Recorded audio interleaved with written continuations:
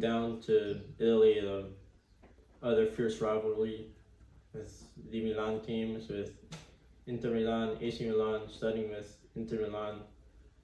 A lot happening with Lukaku, first of all. Is he going to stay at Inter? Is he going back to Chelsea? Right now he is a Chelsea player officially, but he wants to stay at Inter.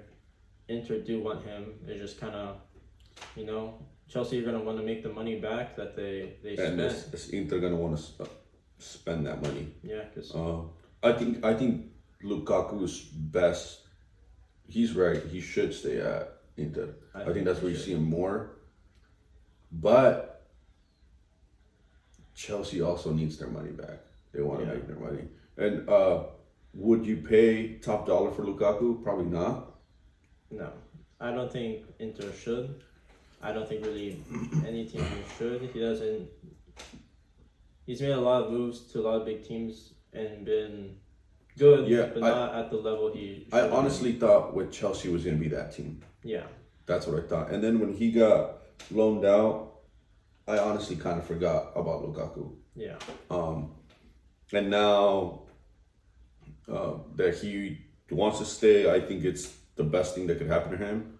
I just don't see that happening. I think he's going to end up going back to Chelsea. And it sucks for Chelsea because if he goes back, he's not going to... If he goes back, chances are Chelsea's not going to make a lot of money out of him. And we've been seeing, Chelsea's made a bunch of moves too. Yeah. And they haven't gained any big names, but they just kind of got rid of their whole team. Yeah, they had 2.5 squads last year. Yeah. So they're kind of emptying house a lot. And I think it's good because I think Chelsea needs that. They need that. After the season they had, I think it's something they needed. But yeah, we Lukaku, we're seeing Onana. Yeah. That was a big one to Manchester United. Manchester United very keen on Onana, and also more recently, I didn't even tell you about this, but Samir Handanovic, their other starting goalkeeper, he has officially said he's not going to be re-signing with Inter. So they have no goalie. Yeah, if Onana leaves, they have no goalie. Right now they're looking towards Jan Sommer, who was at Bayern last year. Okay. I think had a very high quality goalkeeper. Would be a good move for Inter. And one other name I can't quite remember right now, but they're looking for a goalie. But the thing about these Italian clubs is that they have to have players leave before they can make signings. They don't have those big owners that can make those moves. And also,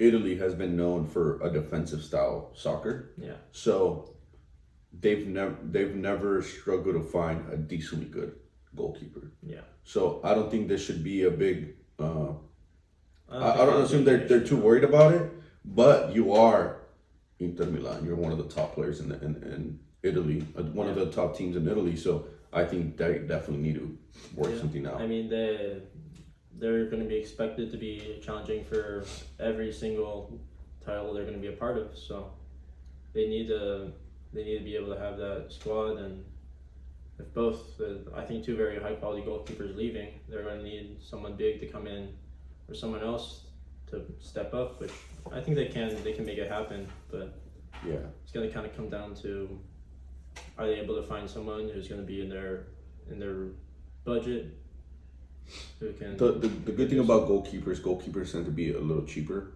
It's just... They tend to be cheaper, and they can last longer as well. Yeah, so you sign somebody and it's typically for a long contract. Yeah. But it's just a thing, right now, if you look at big goalkeepers, they're all secure with the team. Yeah. So I think they definitely have somebody that we don't know about, or they're just gonna start looking at Portugal. I think what would actually be a very good move for them is the Czech goalie. He's still playing for that Prague team. Or is he Czech or is he? I think he's Czech. I think so too. Yeah. I forget his name. He's 26. Very solid goalkeeper. Hasn't made a big move to a European team. I need to find his name. This is gonna be bugging me. But yeah, goalkeepers.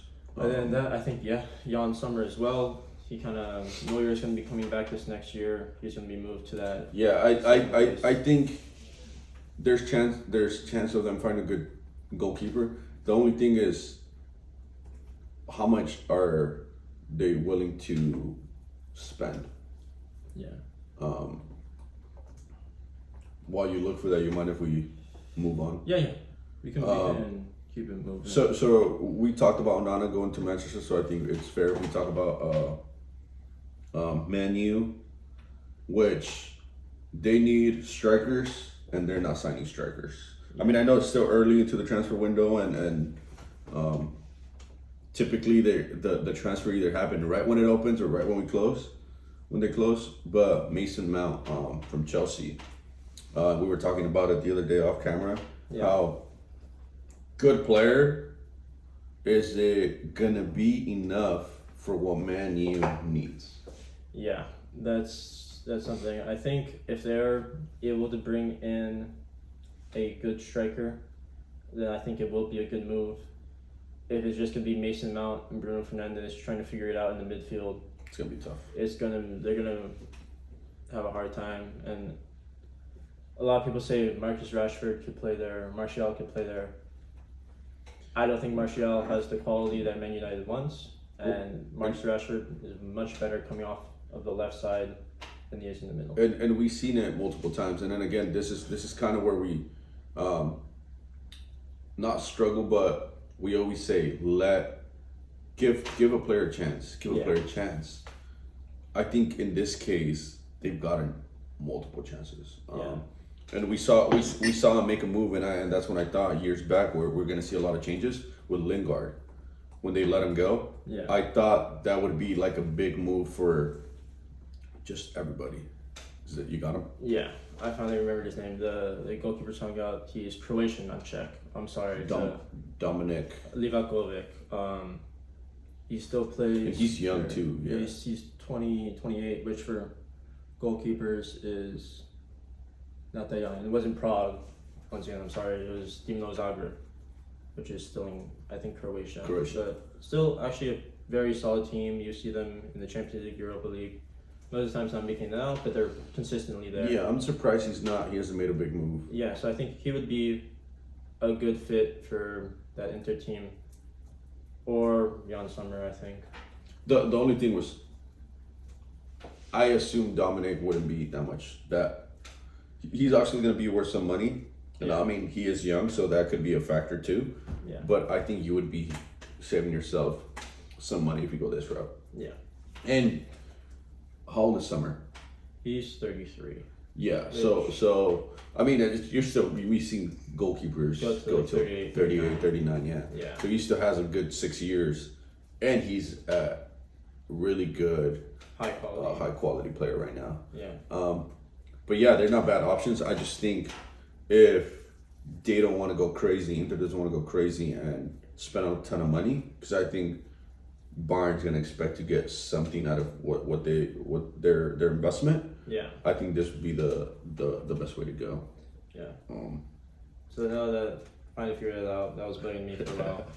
Back to Man United. Yeah, they need the striker. Onana is a good move. Mason Mount, we're gonna kind of have to see. Did not have a good year last year. Has had good years previously, but kind of where is he gonna fit into his team? Where is Ten Hag gonna play him? He is gonna be kind of taking up some space from Bruno Fernandes. Yeah, it's gonna be similar styles of players. That's gonna be interesting to see. Which, like you said, if they had that striker, somebody that they could feed off them, yeah, it would be good. But at the moment, if you have just those two players trying to figure out and pushing forward to try to score, it's gonna be tough. Yeah. But if you have that striker, I think they could definitely pull something off for sure. Yeah, it's just kind of thinking about just options right now. And we looked at it. We've seen multiple times this past season. They wouldn't be in the box so much. It would either be a cross or shots from outside the 18-yard box. I think I mentioned it to you. Lukaku there would be a good presence where you have somebody. You need someone with a presence in the box. Yeah. And I think that would be great. But again, I mean, it's tough. I mean, they already make a deal, Onana to Manchester United, so either could potentially. Well, that's Chelsea. He's a Chelsea player, but yeah. I mean, Chelsea's been letting a lot of players go, so I don't see why they wouldn't. Yeah, but also, you know, he's already been to Manchester. I think Lukaku wouldn't really want to go back. Yeah. But not even it being Lukaku, the kind of more the style of player, the presence inside the box that he brings.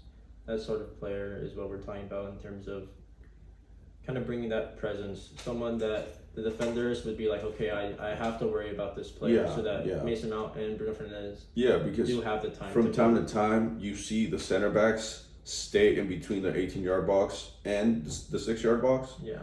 And there's nobody in there. So all they have to worry about is the wings and the midfielders outside the 18-yard box, which if you're a defender, I'll take that every day. Yeah. But if you have somebody, especially who's strong, fights for every ball, like Lukaku would or like Haaland does, then you have more room for a center mid to push back and try to defend a little more. You create space in the middle to take shots or a cross would help. And that just gives Fernandes, that could give Mount the time they need to be able to pick up their head, choose the pass they want, or they're both solid dribblers to choose the lane they want, the pass they want. Yeah. That presence would give them the time to be able to build, and I don't see without that they would have that time. It's crazy how a specific type of player can change the whole way of the game. Yeah. It's interesting. But talking about England and big teams, we'll talk about Liverpool real quick. Yeah. They 2 signings. They're not crazy. They'll definitely help the team. They got rid of Firmino up top, which got rid of Firmino. Milner left to Brighton, kind of getting these older players who are kind of past their prime off the team, free up the space for younger players who are going to help the team. McAllister, very good World Cup, good season with Brighton last year. And Dominic Soboslai, I think that's how you say his name. I'm not quite sure. Yeah, they could definitely help the team. It's nothing crazy. It's not big name. I mean, I think younger players, so definitely they have something to do. But again, we're talking about McAllister knows the league. Yeah. He knows what he's facing up against. So I'm excited to see him in there.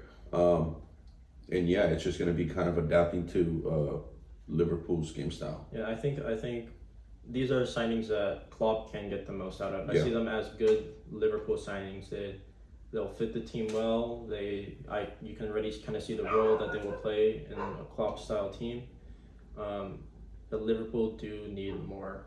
Like, this is not enough for them. Yeah. No, and knowing Liverpool, I think we're gonna see some later throughout this summer and the end of the transfers. Yeah. Window for sure. Either that or something that I know could happen, they have tried before, is them moving Trent into the midfield.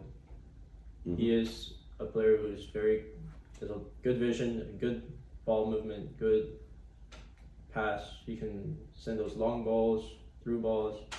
That is someone who I think who would be very interesting to see him move into the midfield, and maybe them bring up. Then in another right back who's more defensive oriented. And we definitely seen that often with a lot of left backs, right backs. We saw that with in Germany with Bayern. Yeah. With Kimmich. Yeah. Moving from the right back into midfield. And he's at that age where he's kind of got the experience of you play in my perspective the most competitive league in the world. Yeah. And it's top soccer for sure. Yeah. So I think if he's pushed into the middle, I think that would definitely help Liverpool out, and it's gonna be good for him. I think so too. I think it makes more sense to have him as a midfielder, just kind of by the way he plays. Mm-hmm. They don't really have the because he definitely has the vision of not a defensive player. Yeah. and yeah, that could definitely help. And also just moving him out of the defense where last year he struggled a lot defensively. Yeah. And when he's not being able to be covered by those top quality defenders like Van Dijk or Matip, who are having more struggles themselves with injury, and they're kind of getting to older ages where they don't have that same physicality they had years prior to be able to cover for Trent. Yeah. When he did push up, I think moving him into a position where he's not as much as a liability in terms of if he does make that mistake. Yeah. It will be a massive issue. I agree, and I think he's got that. He's explosive. Yeah. So, and how many goals have we seen from Liverpool where it's just counterattacks? Yeah.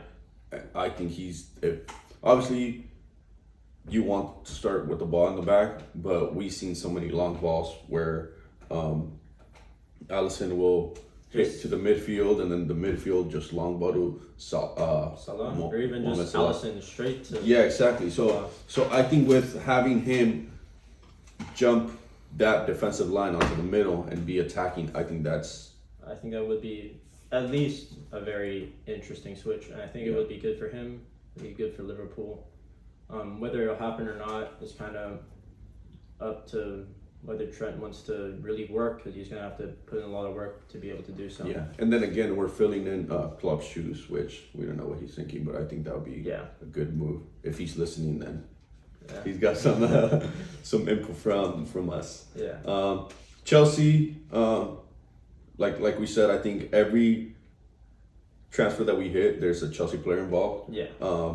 Someone's going somewhere for Chelsea. They sold have Nicolas Jackson from Valencia, which was it Valencia? Or no, I think it was Villarreal. I think I messed it Villarreal. up. Okay, from Villarreal. Yeah, they're the yellow team, I think. Yeah, Villarreal. Yes. And then I cannot understand my writing.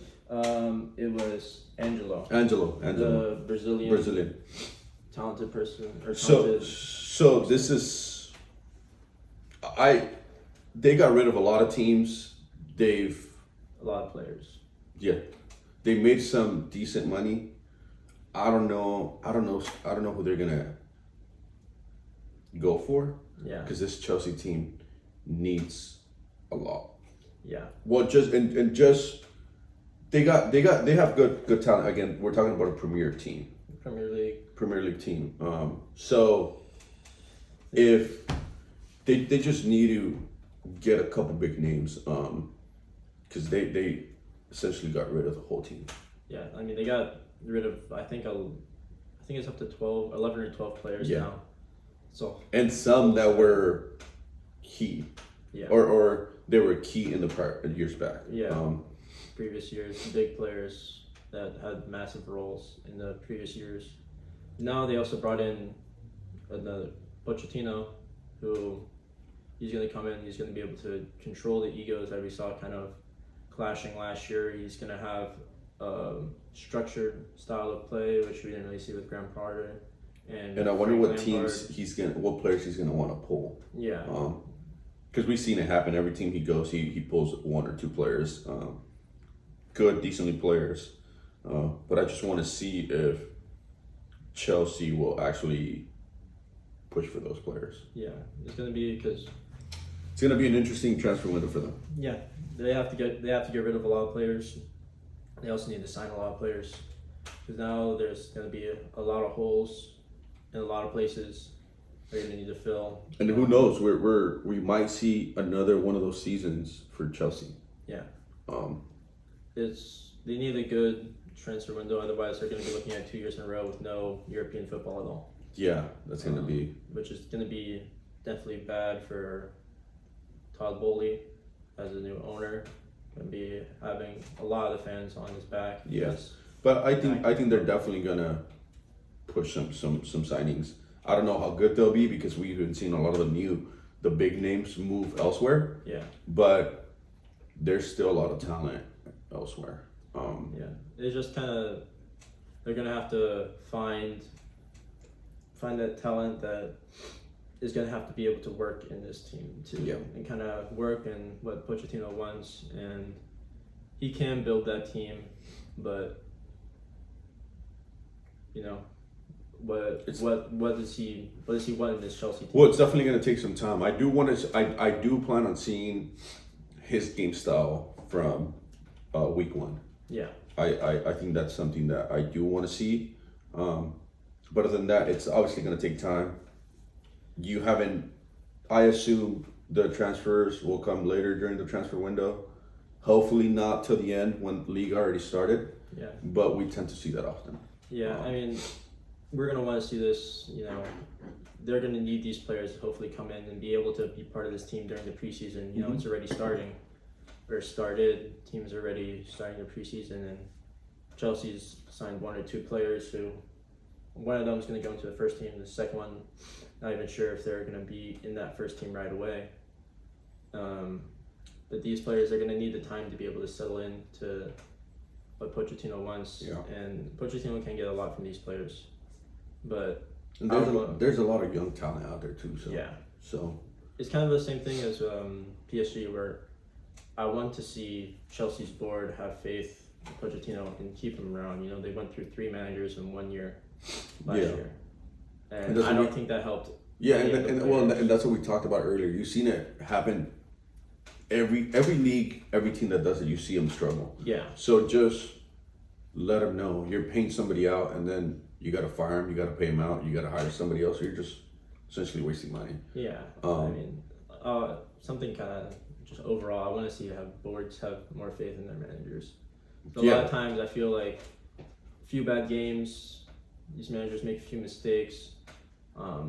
They're just instantly like, you're done already, fired. Sometimes, you know, that's just what you have to do. The manager's not. Yeah, and then also it's soccer. Yeah. How many times have we seen the team that we thought was going to lose 3-0 win 1-0? Yeah. And again, it's soccer. It happens, but yeah, I agree with you. I think also from players, there's times that a young player comes in and things happen. Obviously, you're nervous or whatever. And then next thing you know, you don't see him for a whole month.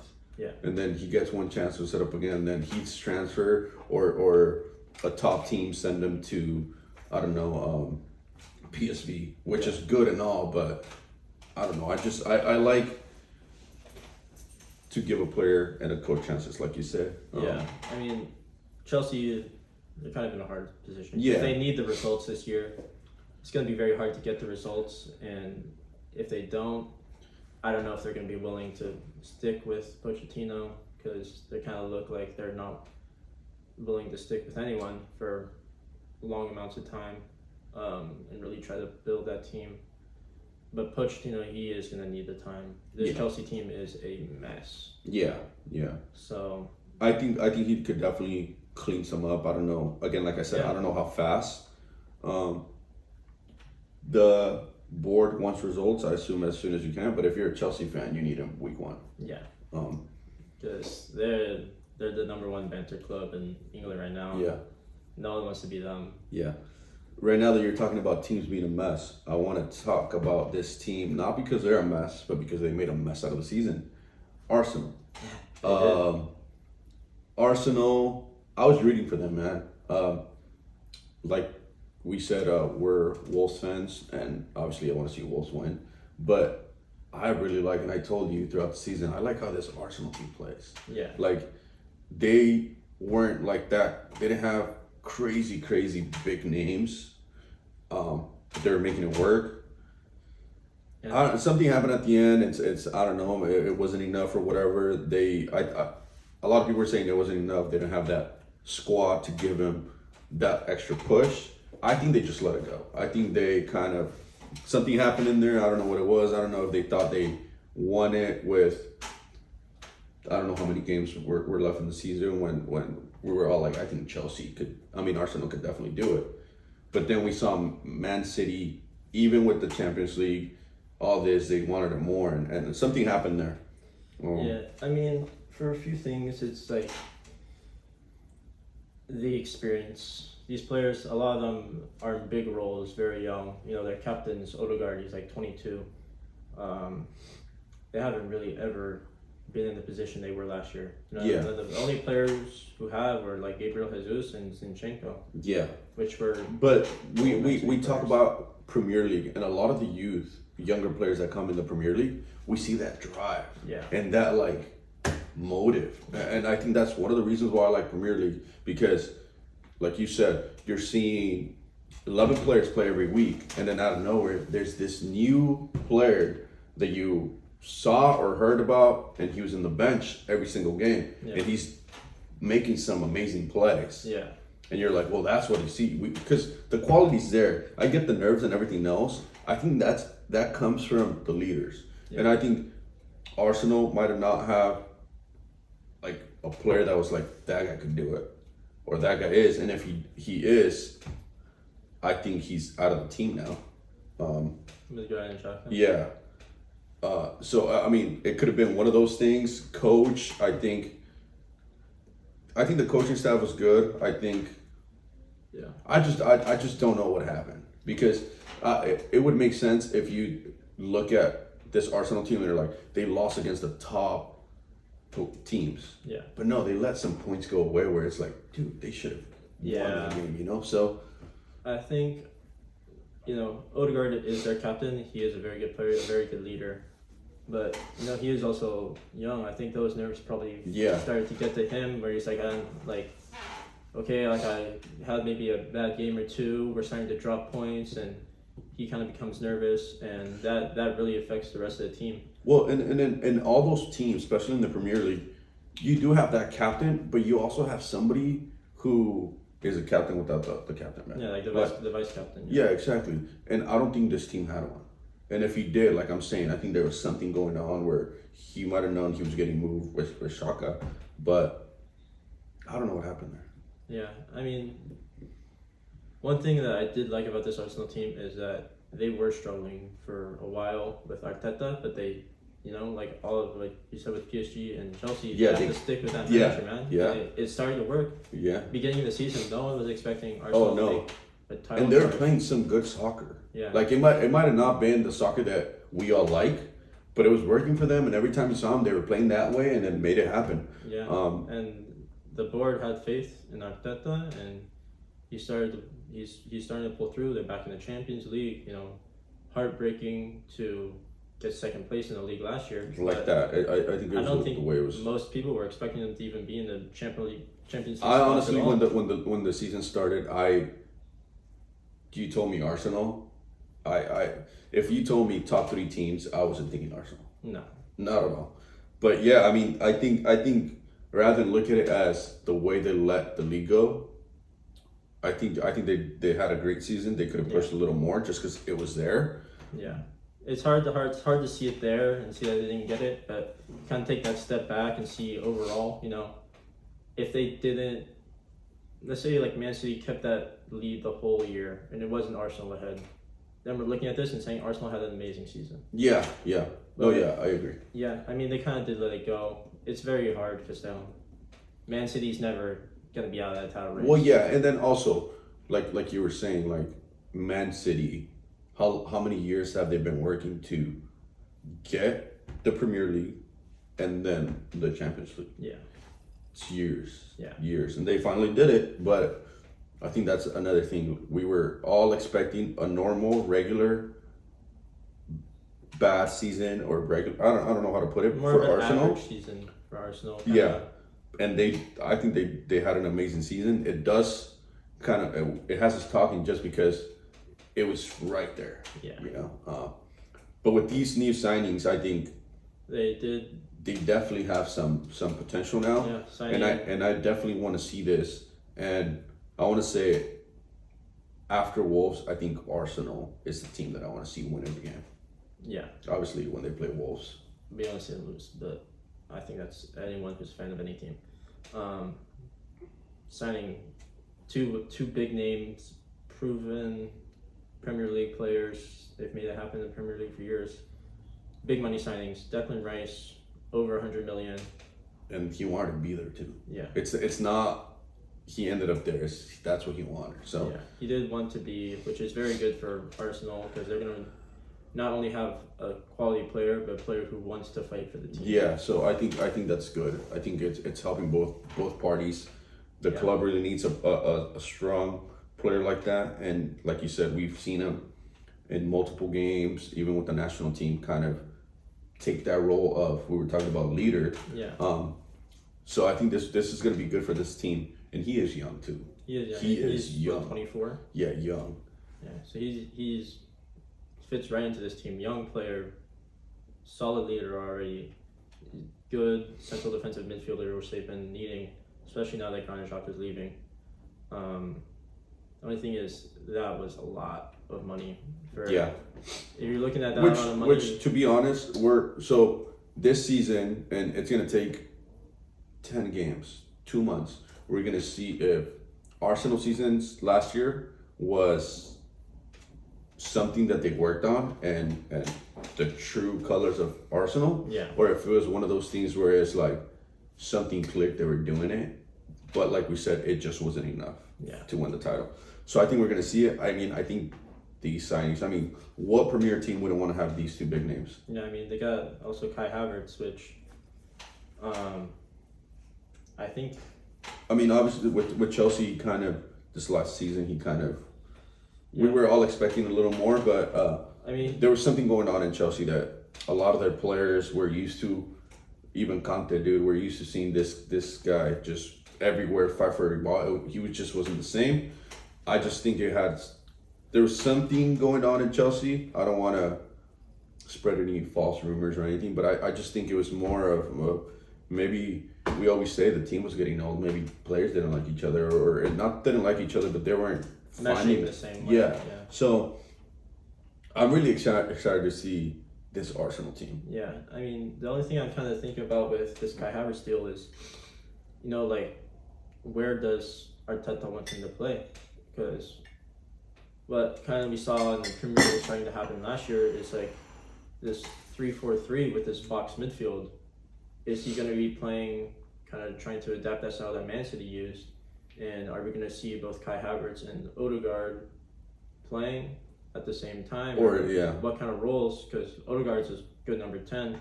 Kai Havertz is almost like a jack of all trades player, kind of really good at a lot of things, but you don't really see him being that, like, oh, he's this kind of player, he's this kind of player. So what kind of role does Kai Havertz fill in this Arsenal team?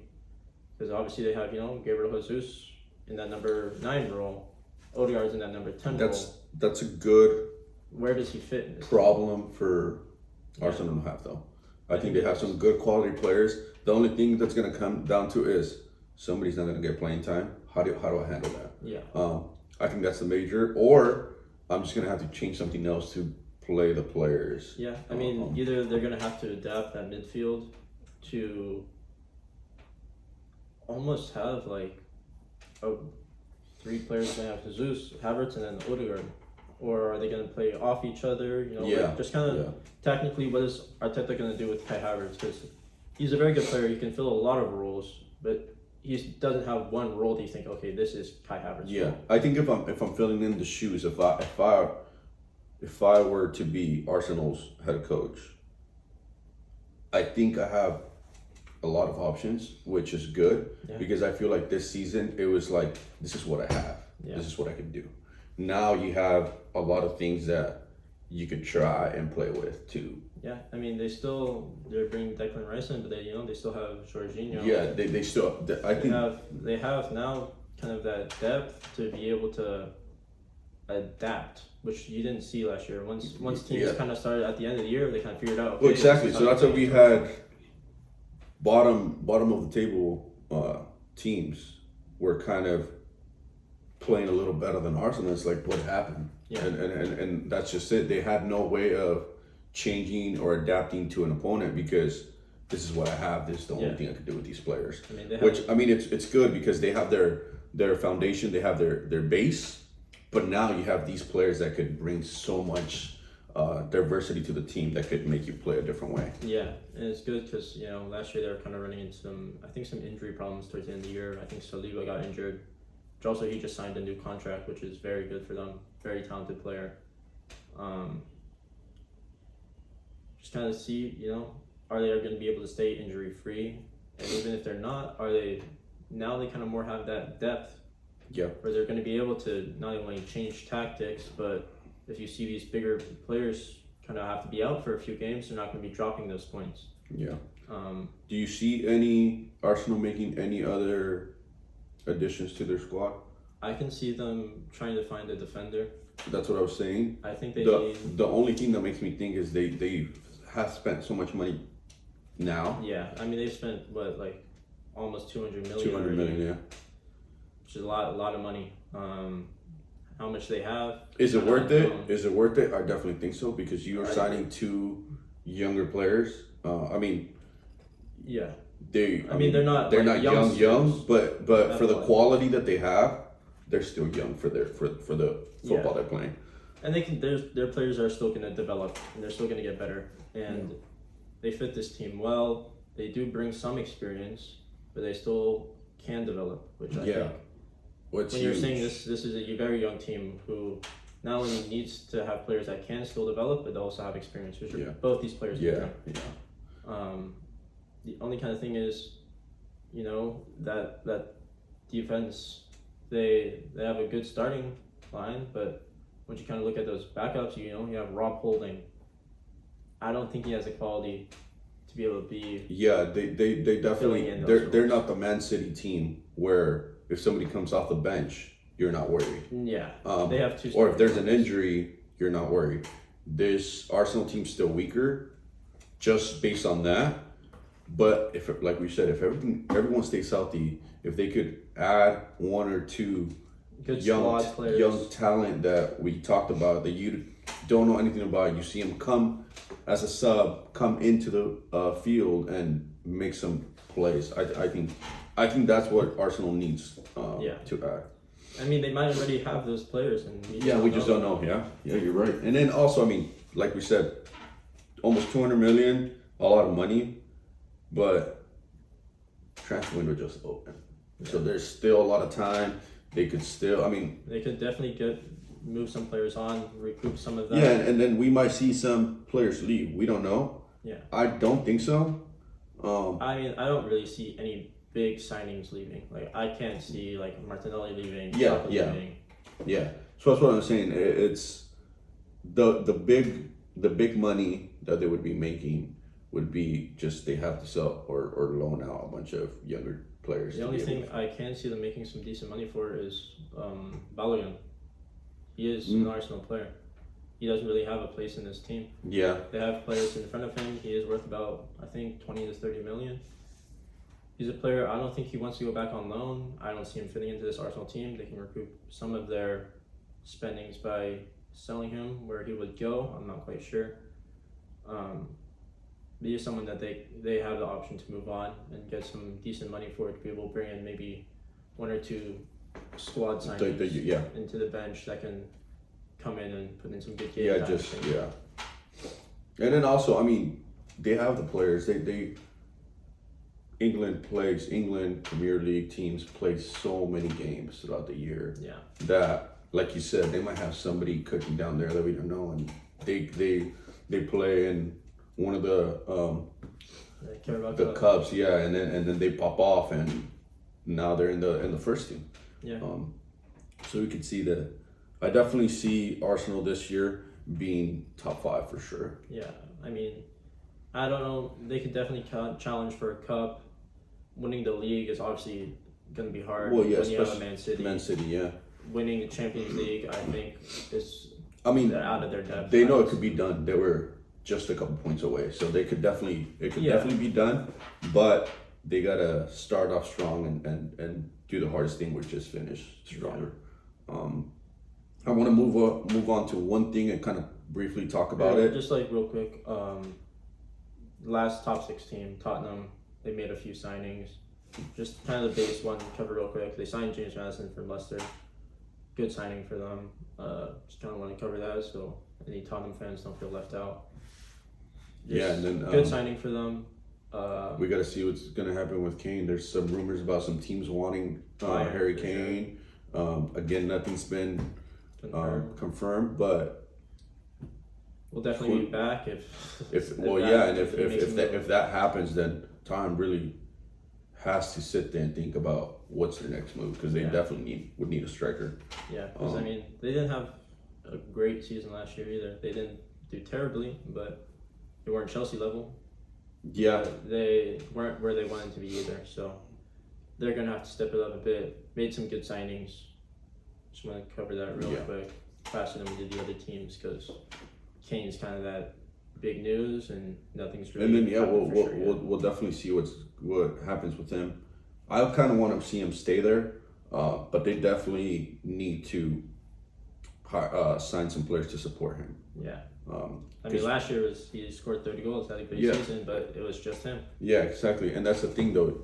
As a Tottenham fan, you kind of just expect him to make it work. Yeah. Like, obviously he's your striker, but it just can't be him, especially at a league with that level like the Premier League. You can't just expect the striker to make it happen. Yeah. But if you don't mind, we'll move on to this. I thought it was crazy news for Brazil national team. Carlo Ancelotti. That is wild news. He's going to be the head coach starting 2024, if I'm not mistaken, for the Copa America. Starts in June 2024. Yeah, June 2024. That team at its full potential, I think it's going to be wild. Yeah, they're going to be, I mean, it's going to be very interesting to watch that Copa America, because they're still going to have, an Argentina coming off the World Cup. Messi's still going to be, very talented still. Yeah. They have a lot of young players who still are going to be doing very well. And then you have this Brazil team who also a lot of very young, very talented players. Yeah, the thing about Brazil is that I've been keeping up with just youth tournaments and stuff like that, U21 and stuff like that. And something that we weren't seeing before, and I kind of talked to you about a little bit about in the tournament, and that there was a lot of U21 teams or U23 teams that were playing with U17 players, U18 and stuff like that, just to kind of develop them. And Brazil's one of them where we're seeing these players, young players, move to the big leagues. And it's like, you see the way they play, and it's like, wow.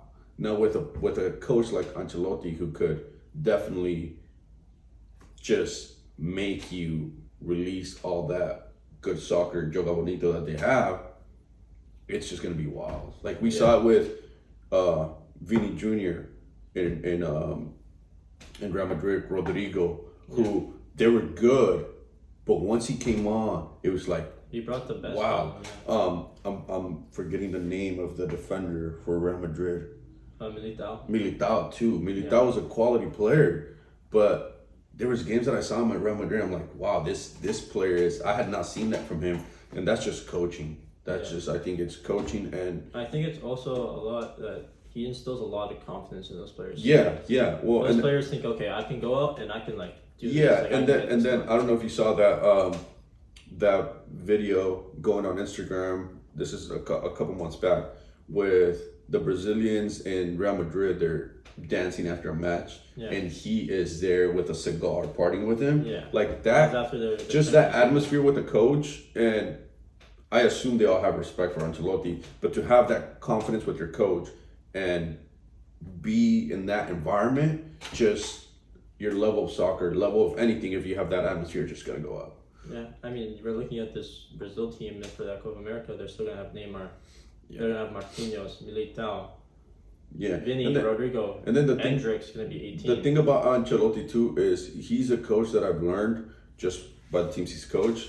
If there's a player that doesn't fit in, you're just not you're gonna have to work for it. It's nothing's given. You're gonna have to work for it, and I think that's what I like, because, like you said, Brazil has a lot of big egos from these bigger, older players, but Ancelotti is somebody who does not mess around with that kind of stuff, where it's like, if the youngest player is doing better, then you're going to go in. And we saw most of the time, like, to think that Toni Kroos didn't play much in Real Madrid, knowing the quality player he is. Obviously he's older, but there's a lot of games where he wouldn't even play. You would at least think he's going to play a half. Yeah. No. At least come on at the 60th. Yeah, exactly. And that's the thing. There's times that he didn't play.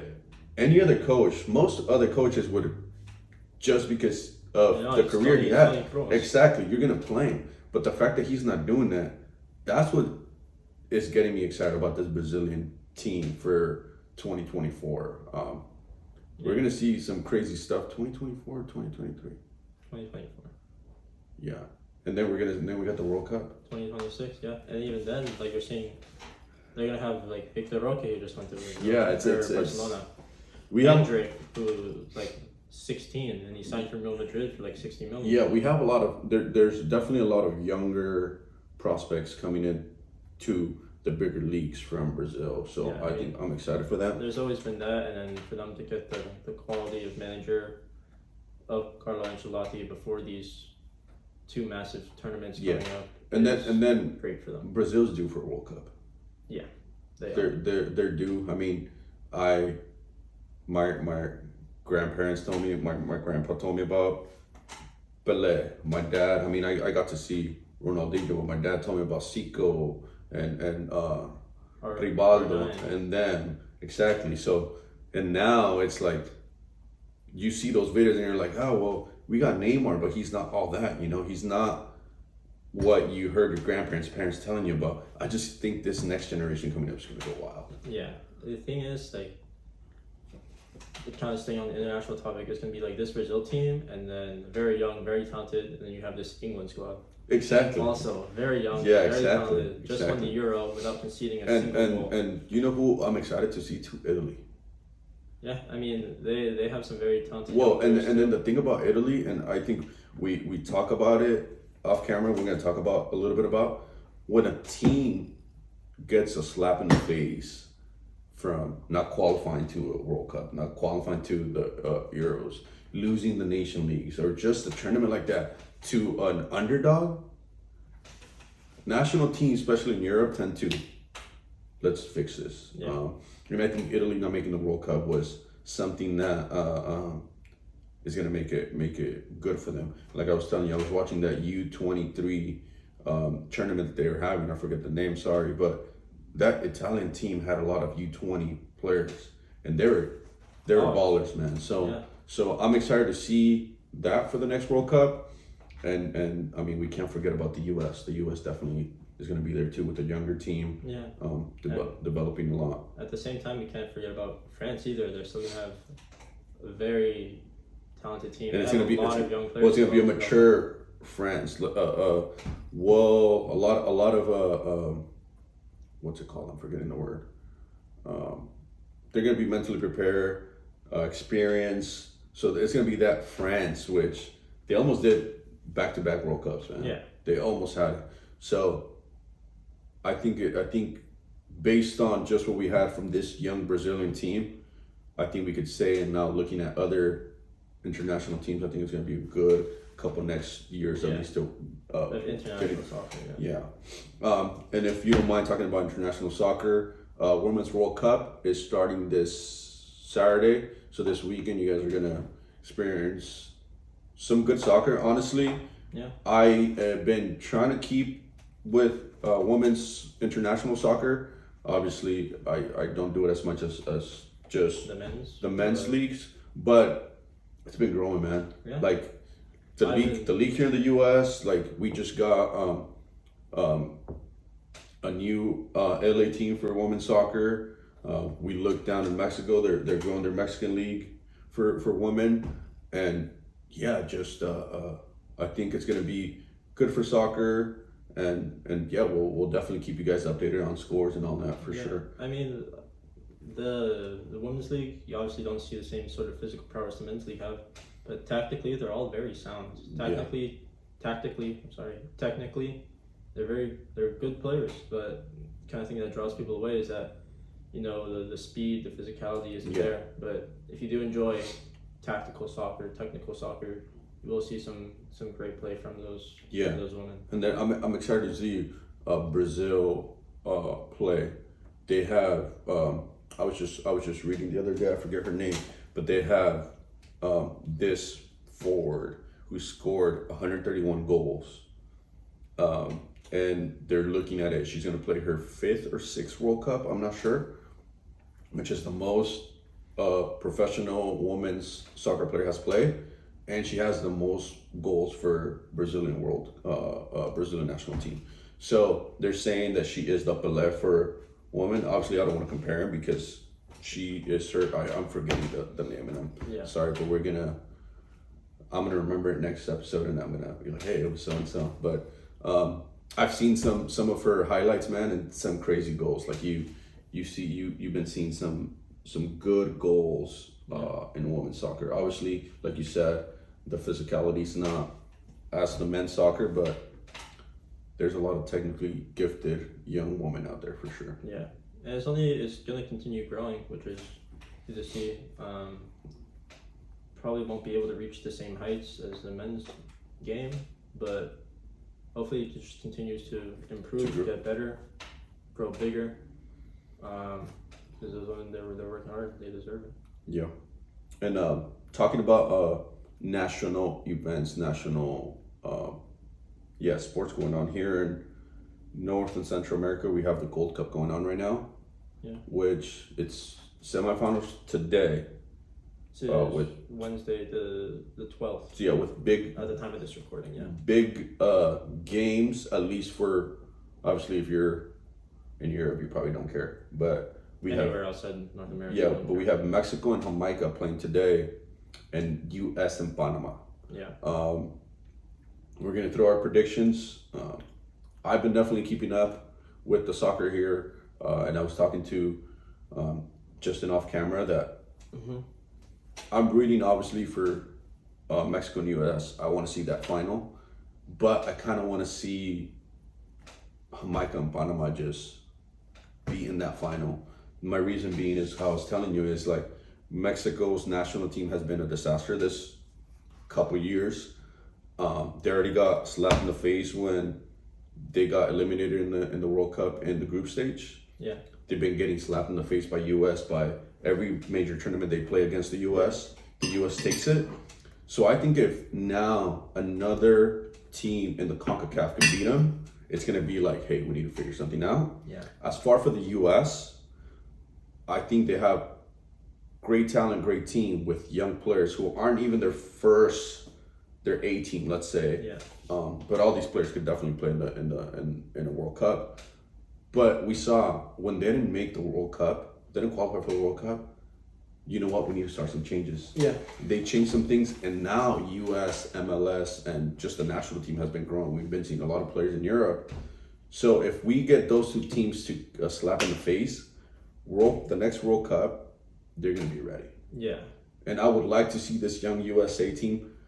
Just so we're talking about Brazil, we look at some players. They're interesting players. There's this player, and we'll be watching the game, but Bucio, dude, center mid. I did not know anything about him until this World Cup. I knew a little bit about him.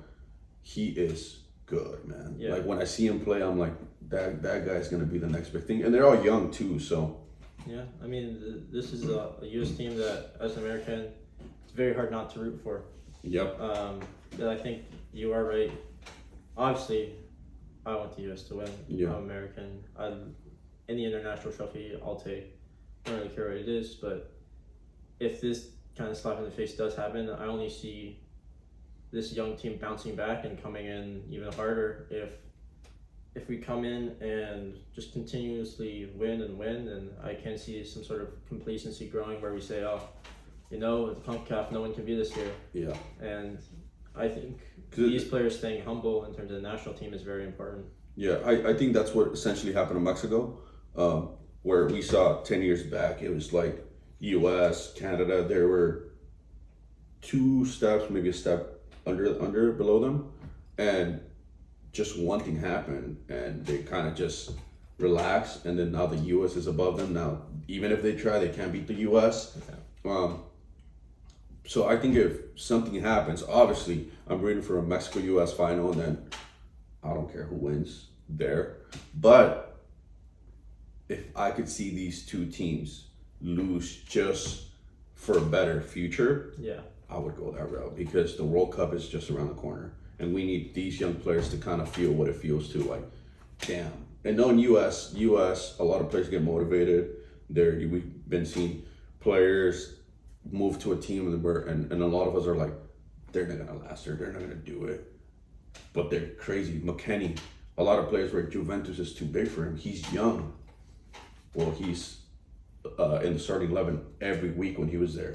Yeah. Now he's coming back. I'm sure there's going to be a spot for him. Yeah, and then we also see the same thing, Timothy Weah. Exactly, yeah. So I think this U.S. team, I think honestly they could, I see them beating Panama, but Panama, man, they have a lot of young players too that are just hungry.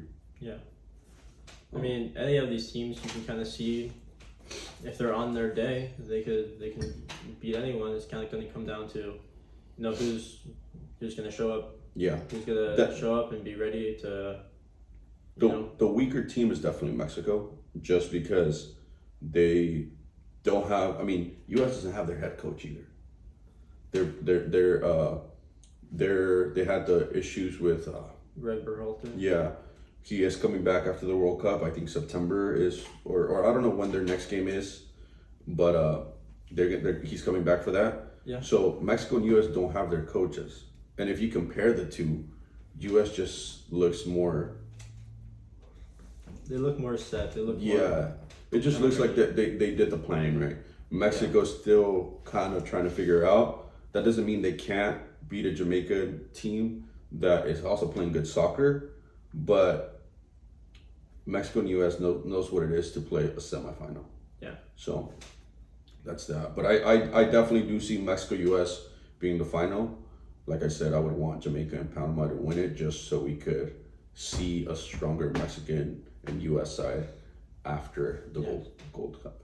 I mean, the best thing for this upcoming World Cup is, like we were saying, there's going to be a lot of strong teams, and if all three of our kind of hosting nations, Mexico, U.S., Canada, kind of show up and we don't look strong, or like our players aren't going to be doing that well, then that's not going to be a good look for us. Hosting. And then if you think about it, essentially the World Cup, this next World Cup, the group stage is going to be a lot easier because we're adding a couple more teams. It's going to be a different format. So the first few games are going to be easier just because it's not just the 3 games you're going to play.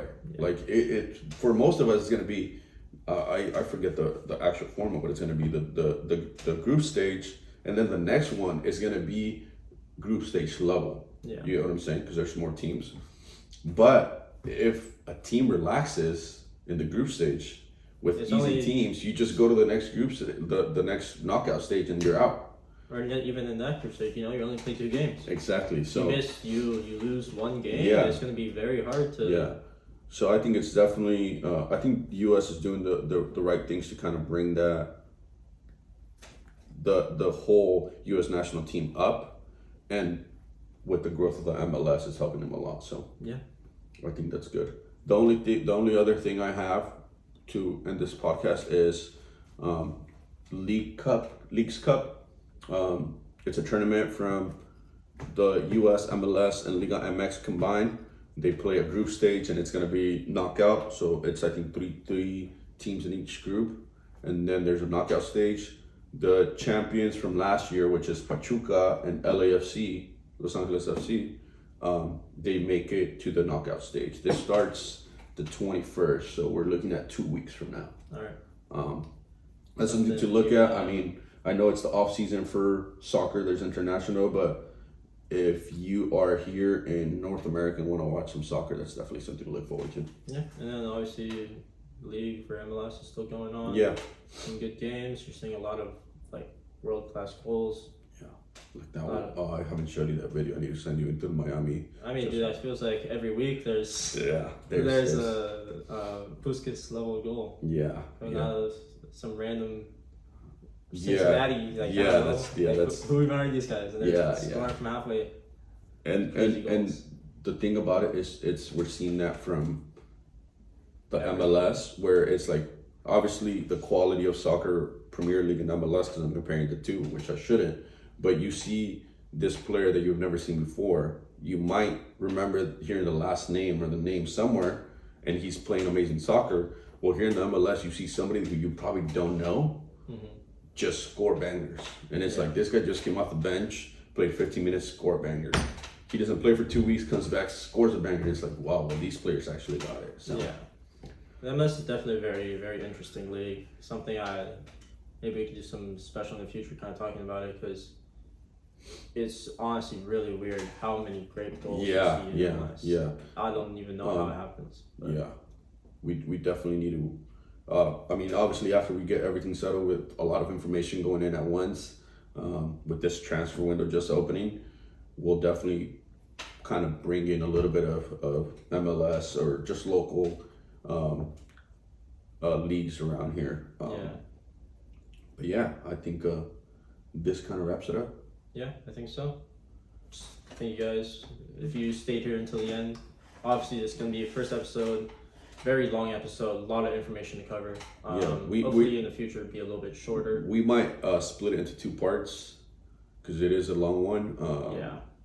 But we'll definitely stay tuned. And I mean, thanks for watching. You guys should like, subscribe, and comment whatever you guys want to see talk about, whatever you guys didn't like us mentioning it. If we spend too much time on something, we sidetrack, because it tends to happen. We could talk about soccer for hours. So yeah, all of our other socials are going to be down below in the description. Instagram, TikTok, either you're watching or listening on YouTube or Spotify. Check those out. Hopefully going to be posting there regularly, any sort of clips, highlights from these podcasts we're having. Hopefully going to be able to start pumping these out. We don't exactly have a schedule set yet because busy summer, off season. Yeah, and we're kind of figuring it out, kind of trying to bring you guys the best content somewhere you could. If you don't have time to do research for, hey, whatever team signed this or scores, we're going to try to keep you guys up to date with everything. So yeah, just once again, thank you. Stay tuned. Later.